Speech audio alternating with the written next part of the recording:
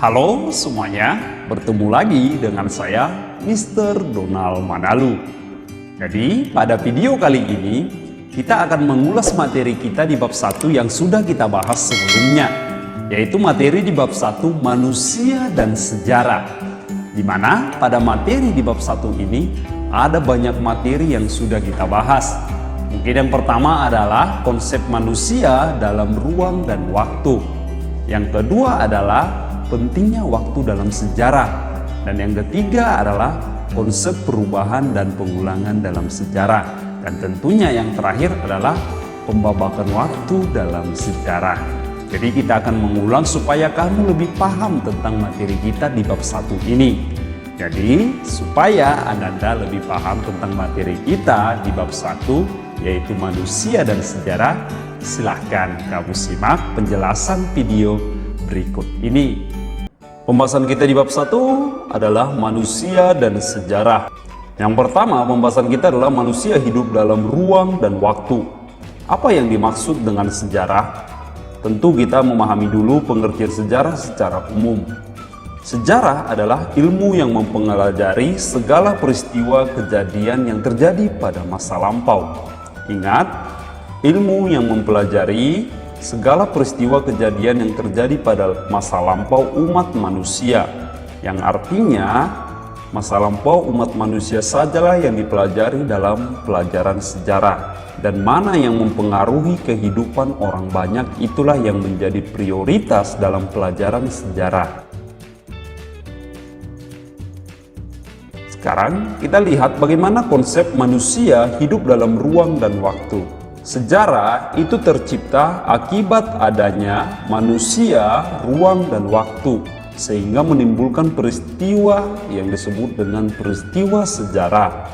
Itulah pentingnya manusia, ruang, dan waktu, sehingga tiga ini menjadi tiga kesatuan yang tidak terpisahkan satu sama lain. Oke, yang pertama kita lihat adalah manusia. Manusia itu biasanya diklasifikasikan sebagai manusia jenis Homo sapiens. Artinya apa, Sir? Artinya adalah manusia yang tahu dan memiliki kemampuan otak yang tinggi, atau memiliki kemampuan mengingat yang tinggi. Penggolongan manusia biasanya kita tahu dalam kehidupan sehari-hari itu berdasarkan jenis kelamin. Ada laki-laki, ada perempuan. Penggolongan lain bisa juga berdasarkan usia, bayi, balita, anak-anak, remaja, pemuda-pemudi, dewasa, dan lanjut usia. Sekarang yang kedua, kita memahami arti penting daripada ruang. Tentu kita bertanya, apa yang dimaksud dengan ruang ini? Jadi, ruang adalah tempat di permukaan bumi, baik itu darat, laut, maupun udara, baik itu secara keseluruhan maupun hanya sebagian, tempat manusia dan makhluk lain tinggal dan hidup. Artinya, ruang itu mencakup darat, laut, dan udara yang menjadi tempat tinggal makhluk hidup di bumi ini. Itulah yang disebut dengan ruang. Sekarang, pertanyaan kita yang sering muncul adalah, Sir, apakah ada kaitan antara ruang yang satu dengan yang lainnya? Sudah saya sampaikan pada pertemuan sebelumnya bahwa ruang yang satu dengan ruang yang lainnya itu saling mempengaruhi. Kita tahu, saya bisa berikan di sini contoh adalah peristiwa kabut asap atau bencana asap yang terjadi di Riau pada tahun 2016. Kita sama-sama tahu kebakaran hutan yang terjadi di Provinsi Riau itu berdampak luas bagi wilayah-wilayah asing. Bahkan di sini saya bisa contohkan, bahkan di berita-berita nasional dan internasional diberitakan bahwa sekolah-sekolah di Malaysia maupun sekolah-sekolah di Singapura itu sampai meliburkan siswa di sekolah akibat dampak kabut asap yang berasal dari Riau. Tentu di sini bisa kita pahami bahwa daerah lain ataupun ruang lain itu mempengaruhi ruang-ruang yang lainnya. Sekarang kita memahami apa yang dimaksud dengan waktu, yaitu konsep ketiga tadi. Waktu adalah sesuatu yang bergerak dari masa sebelumnya ke masa berikutnya, tentu melahirkan peristiwa-peristiwa baru yang saling berkaitan. Dalam sejarah, konsep waktu tentu sangat penting untuk mengetahui kapan peristiwa tersebut terjadi. karena tanpa waktu jadinya tidak ada batasan dalam peristiwa sejarah nantinya. Tentu kita tahu waktu itu terdiri atas dua makna. Yang pertama itu makna denotatif dan makna konotatif. Denotatif itu apa, Sir? Jadi denotatif itu adalah makna yang terdiri atas kesatuan detik, menit, jam, hari, minggu, bulan, tahun, windu, dasawarsa, dan lain-lain. Sedangkan makna konotatif adalah waktu sebagai suatu konsep. Contohnya apa? Contohnya adalah zaman prasejarah, zaman sejarah, zaman batu tua, batu muda, dan lain-lainnya.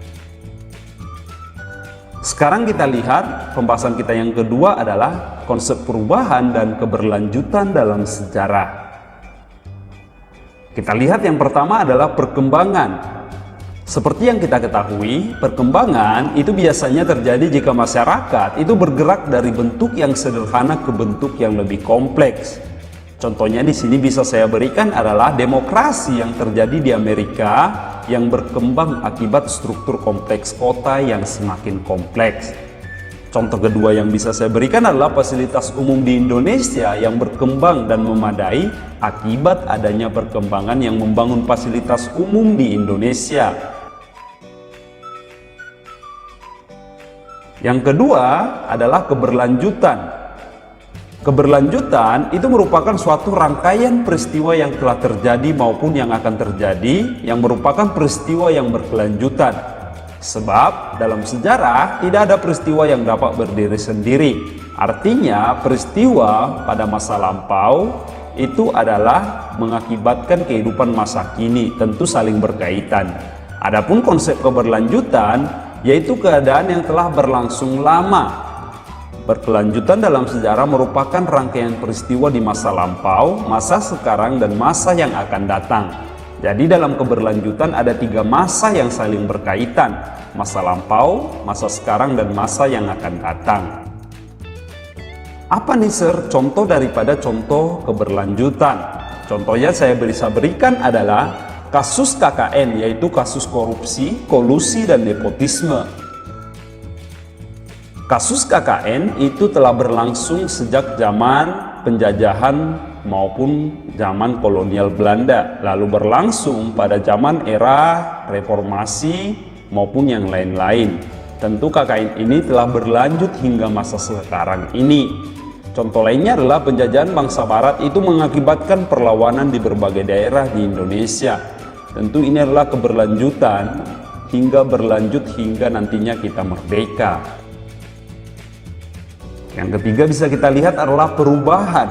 Apa itu perubahan? Perubahan itu biasanya terjadi apabila dalam suatu masyarakat itu terjadi perkembangan secara besar-besaran dalam waktu yang relatif singkat. Konsep perubahan dalam sejarah menurut Heraklitus merupakan pantare, ataupun tidak ada hal yang tidak berubah. Artinya segala sesuatu itu mengalami yang namanya perubahan. Ruslan Abdul Ghani juga menyatakan bahwa ilmu sejarah itu dapat diibaratkan sebagai penglihatan pada 3 dimensi, yaitu dimensi lalu, dimensi masa kini, dan dimensi yang akan datang, seperti yang tadi saya sampaikan. Sir, apa yang menjadi contoh perubahan? Jadi di sini bisa saya berikan contoh peristiwa proklamasi kemerdekaan Indonesia seperti yang kita ketahui tanggal 17 Agustus 1945. Peristiwa ini merupakan suatu bentuk perubahan mendasar dari yang sebelumnya Indonesia adalah masyarakat yang terjajah menjadi masyarakat yang merdeka dan berdiri di kaki sendiri. Yang terakhir adalah konsepnya adalah pengulangan. Pengulangan itu adalah suatu fenomena di mana suatu peristiwa yang terjadi pada masa lampau itu terjadi lagi pada masa berikutnya. Tapi kamu harus garis bawahi, tetapi dengan pelaku atau tempat yang berbeda. Tentu ada bedanya ataupun konsepnya berbeda. Contohnya adalah peristiwa mundurnya Presiden Soekarno pada masa Orde Lama itu akibat didemo oleh mahasiswa tahun 1966. Demikian juga yang terjadi pada tahun 1998 di mana Presiden Soeharto itu runtuh akibat aksi demonstrasi yang terjadi. Jadi itu adalah suatu konsep yang sama dengan pelaku yang berbeda.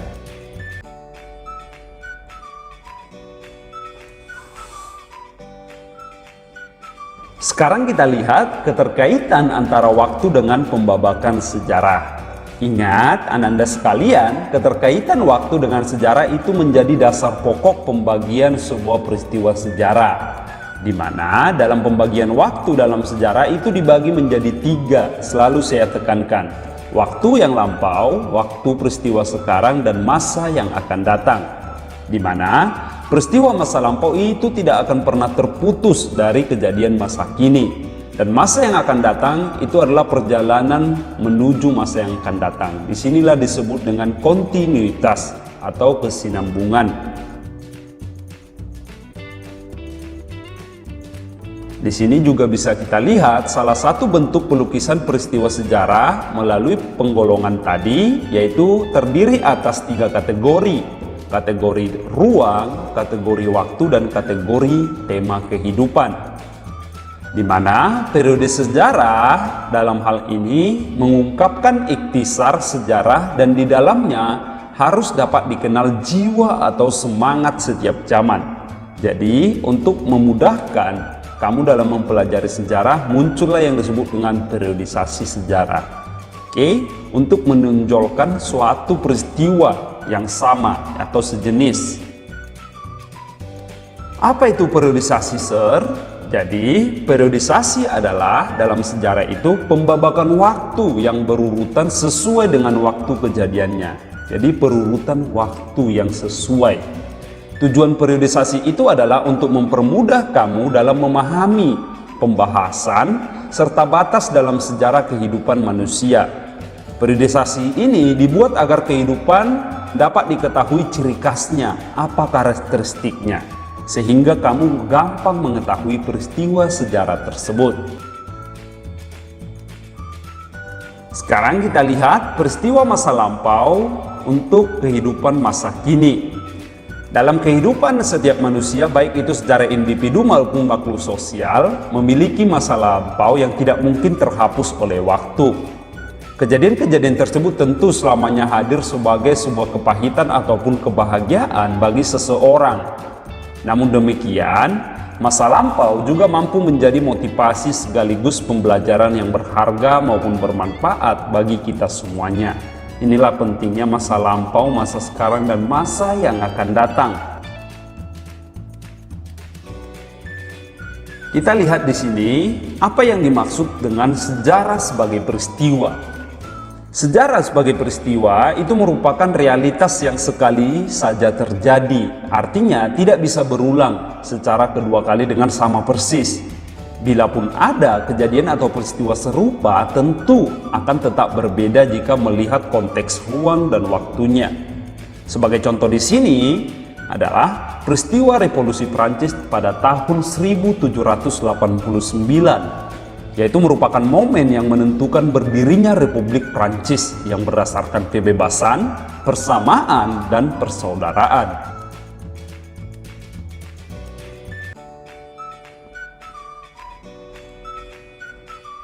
Tapi di sini dalam sejarah sebagai peristiwa perlu kamu ketahui bersama bahwa tidak semua peristiwa itu dikategorikan sebagai peristiwa. Ada sesuatu yang dapat dipenuhi supaya segala sesuatu peristiwa itu dapat dikatakan sebagai sejarah. Yang pertama adalah unik ataupun unik. Unik di sini adalah suatu peristiwa itu memiliki kekhasan tersendiri yang tidak terdapat pada peristiwa lain.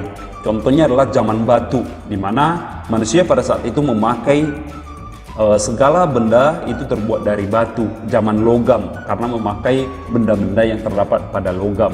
Jadi itu adalah keunikan tersendiri. Yang kedua adalah berpengaruh besar. Suatu peristiwa itu mempunyai pengaruh besar terhadap orang lain. Inilah yang saya katakan mempengaruhi kehidupan orang banyak. Yang ketiga adalah memiliki makna atau memiliki manfaat bagi orang-orang masa selanjutnya ataupun masa yang akan datang.